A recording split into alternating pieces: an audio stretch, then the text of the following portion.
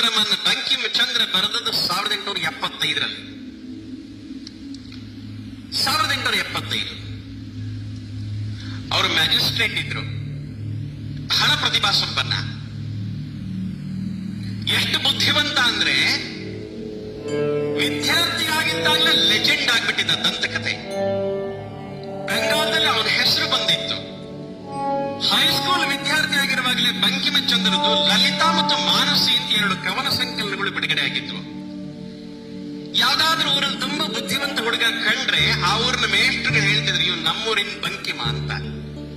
ಬಂಕಿಮ ಅಂದ್ರೇನು? ಬಾಗಿದ ಅಂತ ಅರ್ಥ, ಬಿದಿಗೆ ಚಂದ್ರ ಅಂತ ಅರ್ಥ. ಒಮ್ಮೆ ರಾಮಕೃಷ್ಣರು ಮತ್ತು ಬಂಕಿಮಚಂದ್ರರ ಭೇಟಿ ಆಯಿತು.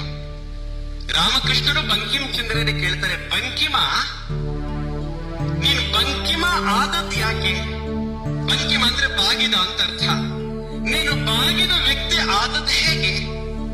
ಬಂಕಿಮರು ಉತ್ತರ ಕೊಟ್ರು, ಬ್ರಿಟಿಷರ ಬೂಟು ನನ್ ಬೆನ್ನನ್ ಬಾರಿಸಿದೆ. ಗುಲಾಂಗಿರಿಯ ನೋವು ಎಷ್ಟಿತ್ತು ಅಂತ ಯೋಚನೆ ಮಾಡಿ. ಕಲ್ಕತ್ತಾದಿಂದ ಒಂದ್ ದಿವಸ ತನ್ನ ಕೆಲಸದಲ್ಲಿ ರಜೆ ಪಡ್ಕೊಂಡು ತಮ್ಮ ಹಳ್ಳಿಗೆ ಹೊರಟರು. ಕಾಂಟಾಲ್ಪಾಡ ಅಂತ ಹಳ್ಳಿ. ಟ್ರೈನಲ್ಲಿ ಕೂತಿದ್ರು. ನಗರದ ಸತ್ತುಗದ್ದಲದ ವಾತಾವರಣ ದೂರವಾಯಿತು. ಹಳ್ಳಿ ಪ್ರದೇಶ ಪ್ರಾರಂಭ ಆಯಿತು. ಕಾರ್ತಿಕ ಮಾಸ, ಶರದ್ ಋತು, ಒಳ್ಳೆ ಮಳೆ ಆಗಿತ್ತು, ಒಳ್ಳೆ ಬೆಳೆ ಬಂದಿತ್ತು. ತುಂಬಿ ನದಿ ನೀರಿನ ತಟಾಕಗಳು ತುಂಬಿ ಕಂಗೊಳಿಸ್ತಾ ಇದ್ವು. ಆ ಪ್ರಕೃತಿಯ ಸಿರಿಯನ್ನು ನೋಡ್ತಾ ನೋಡ್ತಾ ಮೈ ಮರೆತರು ಬಂಕಿಮ.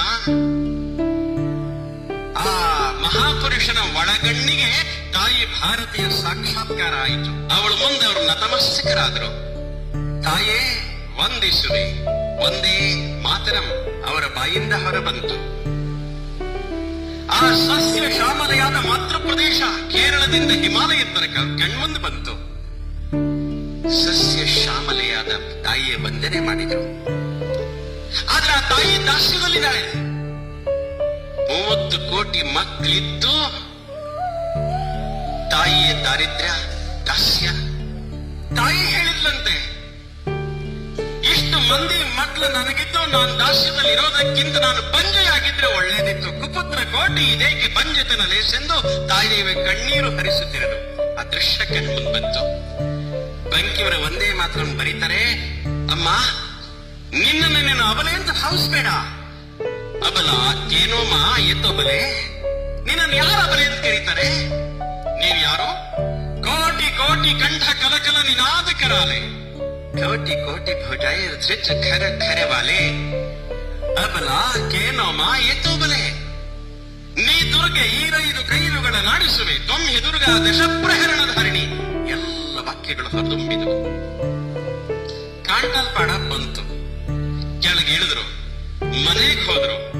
ಸಾಮಾನ್ಯವಾಗಿ ಮನೆಗೆ ಹೋಗ್ಬೇಕಾದ್ರೆ ಬಹಳ ದೊಡ್ಡ ವ್ಯಕ್ತಿ, ಪುಟ್ಟ ಹಳ್ಳಿನಲ್ಲಿ ಜನ ಎದ್ದವರಿಗೆ ನಮಸ್ಕಾರ ಮಾಡ್ತಿದ್ರು. ಇವತ್ತು ಬಹಳ ಗಂಭೀರ ವದನ. ಆ ಕಡೆ ಈ ಕಡೆ ನೋಡ್ಲಿಲ್ಲ. ಜನ ಕನಸ್ತು ಯಾವ್ದೋ ಭಾವಲೋಕದಲ್ಲಿ ಇದ್ದಾರೆ ಇವರು ಅಂತ.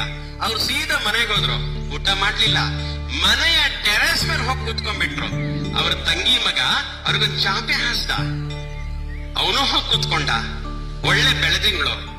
ಆ ಹುಡುಗಂಗೊಂದು ಸ್ವಭಾವ ಇತ್ತು. ಸೋದರ ಮಾವ ಭಾವಲೋಕದಲ್ಲಿಳಿದು ಏನಾದ್ರೂ ಹೇಳಿದ್ರೆ ತಕ್ಷಣ ನೋಟ್ ಮಾಡ್ಕೋತಿದ್ದ. ಪೆನ್ಸಿಲ್ ಕಾಗದ ಇಟ್ಕೊಂಡು ಅವ್ರ ಪಕ್ಕದಲ್ಲಿ ಅವನು ಕೂತ. ಇಬ್ರು ಮಲಗಿದ್ರು. ಮಧ್ಯರಾತ್ರಿ ಚಂದ್ರ ನಡು ನೆತ್ತಿಗೆ ಬಂದಿದ್ದಾನೆ. ಹಾಲು ಬೆಳೆದಿಂಗಳು ಹಬ್ಬಿದೆ. ಏನೋ ಸದ್ದಾಗಿ ಹುಡುಗ ಎದ್ದು ಕೂತ. ನೋಡ್ತಾನೆ, ಬಂಕಿಮರು ಕೂತ್ಕೊಂಡಿದ್ದಾರೆ. ಕಣ್ಣು ಅರ್ಧ ಮುಚ್ಚಿದೆ. ಕಣ್ಣಿಂದ ನೀರು ಹರಿತಿದೆ.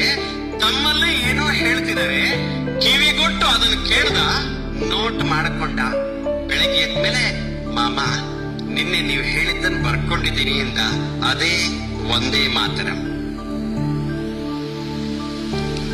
ಅವ್ರು ಹೇಳ್ತಾರೆ, ನನ್ನ ಉಳಿದೆಲ್ಲ ಕಾದಂಬರಿಗಳನ್ನ, ಸಾಹಿತ್ಯವನ್ನ ಸಮುದ್ರಕ್ಕೆಸಿ ಇದು ಒಂದು ಉಳಿದ್ರೆ ಸಾಕು, ಜನ ಇದರ ವೀಣಾ ಧ್ವನಿಗೆ ತಮ್ಮ ಹೃದಯ ಮುಡಿಪಿಡುತ್ತಾರೆ.